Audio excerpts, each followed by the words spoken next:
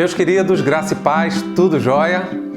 Estamos aí iniciando mais uma semana e certamente tem uma semente preciosa da parte de Deus para ser arremessada no seu coração.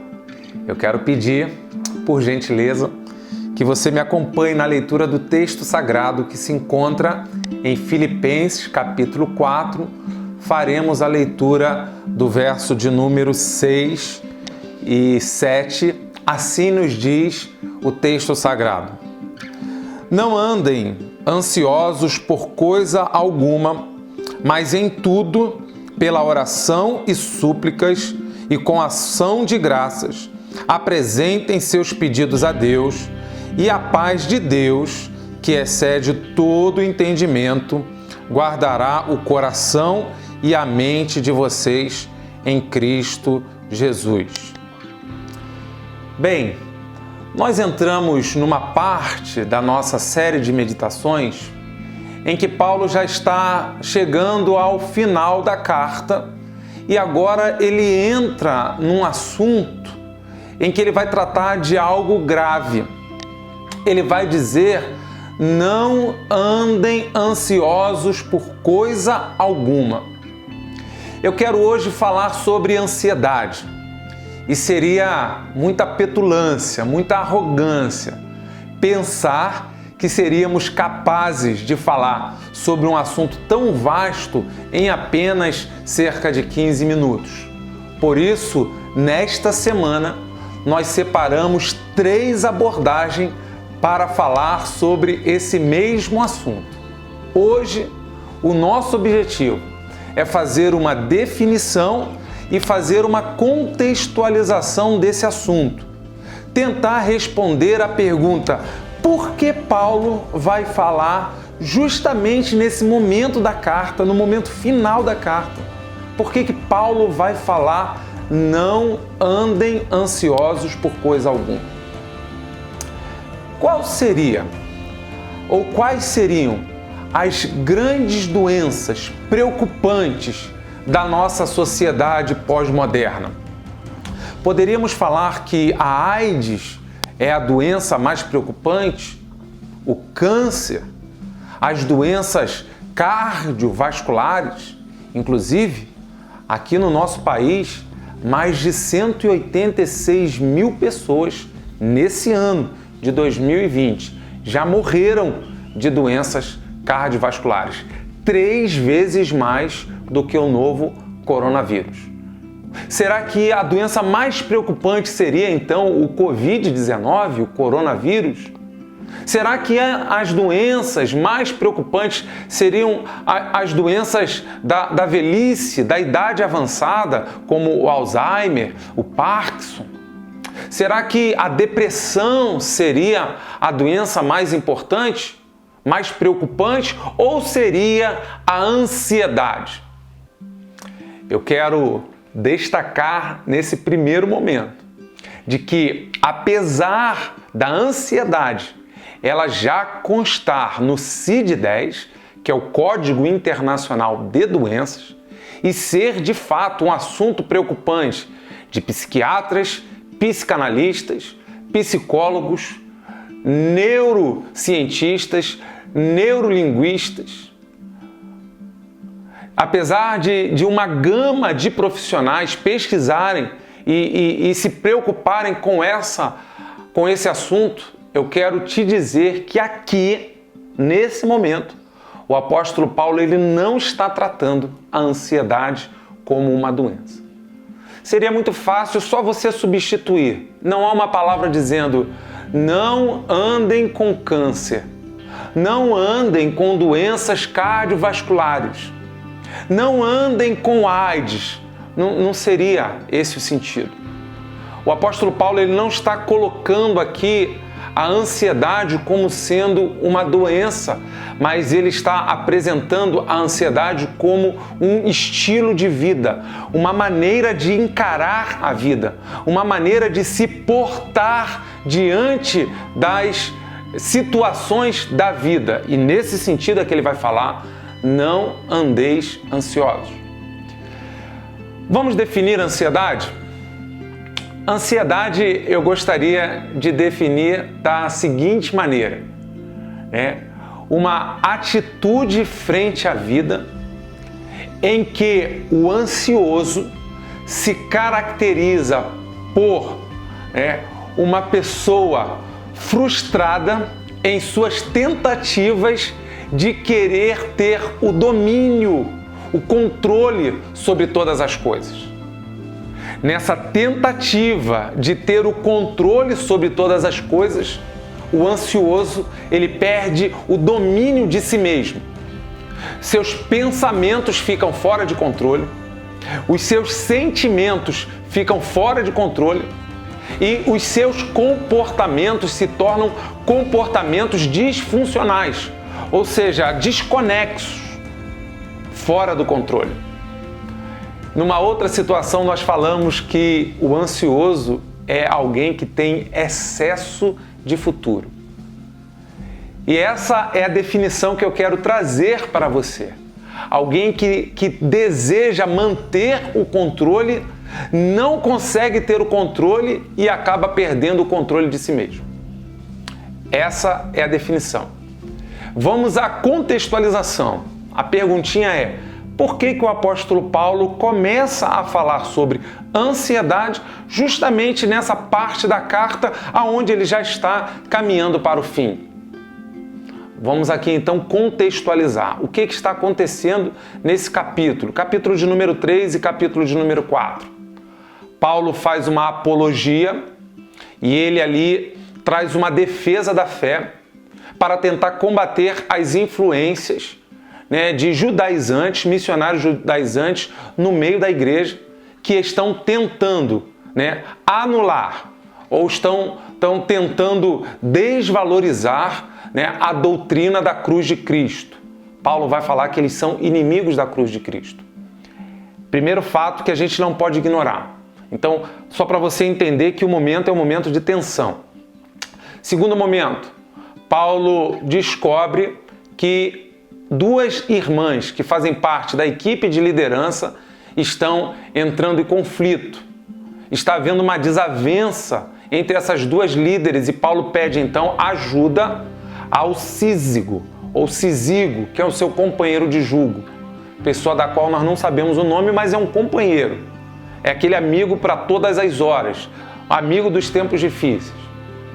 Ok, precisamos lembrar que Paulo ele está aguardando uma audiência com o imperador de Roma e ele foi preso por pregar o evangelho e se caracterizar como um inimigo de Roma, uma ameaça para o império.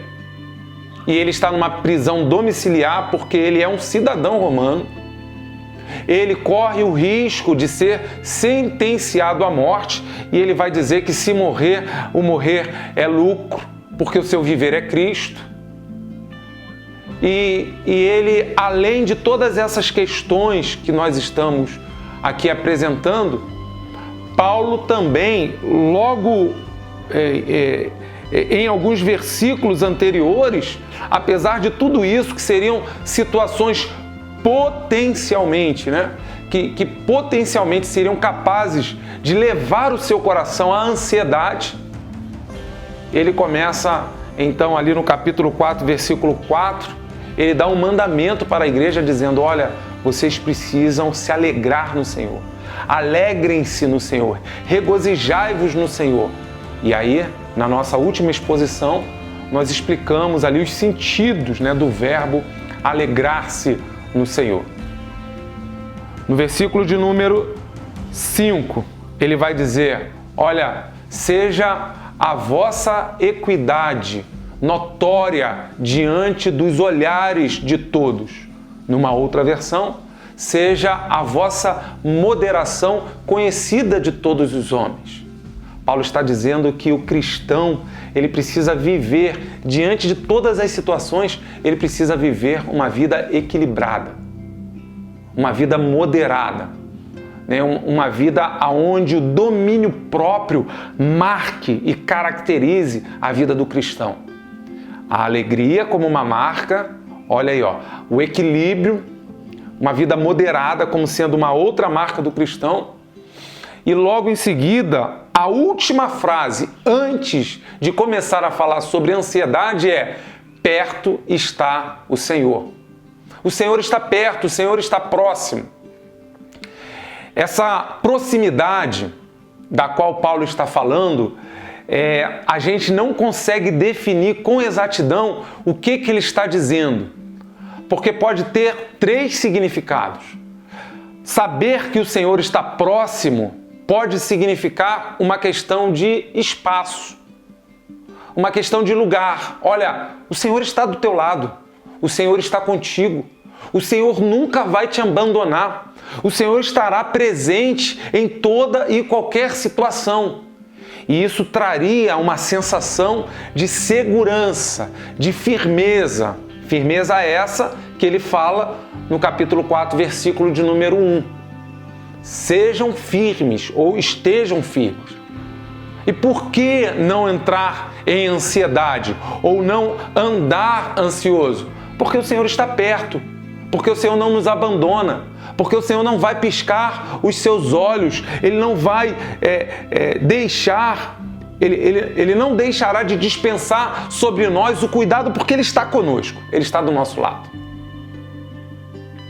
Paulo pode também estar querendo dizer sobre uma questão da proximidade do Senhor, uma questão de tempo. Ele está voltando, Ele está chegando. Paulo pode estar aqui fazendo uma referência à parousia, à segunda volta de Cristo. Então, não fique ansioso diante da situação, porque a situação ela já está acabando. Ela tem um prazo para terminar, porque o Senhor está voltando, o Senhor está chegando.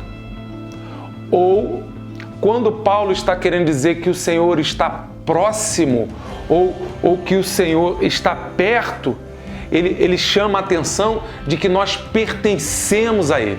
Ele só está do nosso lado porque, na verdade, nós somos dele, nós pertencemos a Ele. E por esses 3 motivos, ou do Senhor está do lado, ou do Senhor está chegando, ou de pertencermos ao Senhor, é que Paulo então vai entrar no assunto ansiedade. É aí que ele vai começar a desenvolver. Não andem ansiosos por coisa alguma. Ele não vai tratar da ansiedade como uma doença, mas ele vai tratar da ansiedade como um estilo de vida, e aqueles que pertencem a Cristo, aqueles que sabem que Cristo está próximo, está ao lado, Ele é o Deus conosco, nunca nos abandona, ou aqueles que têm certeza de que Cristo está voltando, esses, Paulo está dizendo, não andem ansiosos. Vocês não têm nenhuma razão, nenhum motivo pelo qual a ansiedade faça parte da vida de vocês.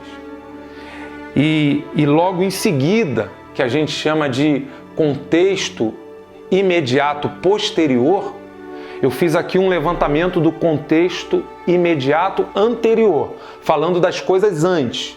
Mas se você observar o contexto imediato posterior, o que vem logo em seguida, ele vai dizer: e a paz de Deus, que excede todo entendimento, guardará o coração e a mente de vocês em Cristo Jesus.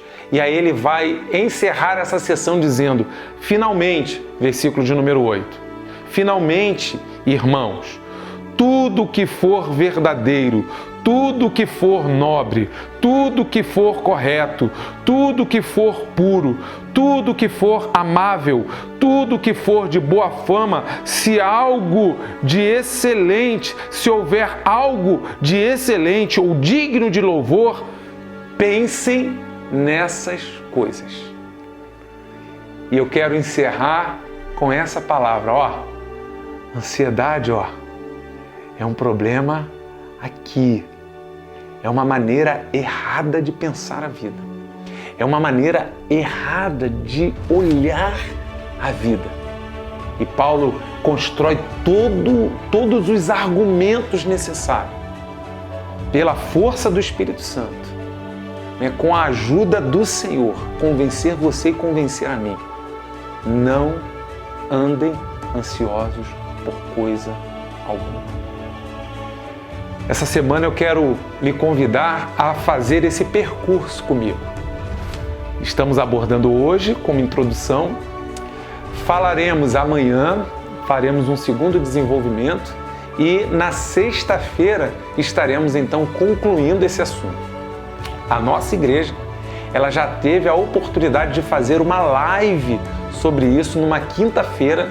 E se você entrar lá na nossa igreja, né, Igreja Batista Betel, em Resende, tanto no YouTube quanto no Facebook, você encontrará lá a live Entre Amigos que fala sobre ansiedade. Eu espero que esteja contribuindo muito.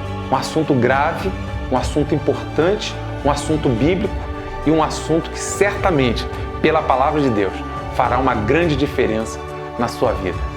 Eu quero que você receba o meu grande abraço e um beijo no seu coração.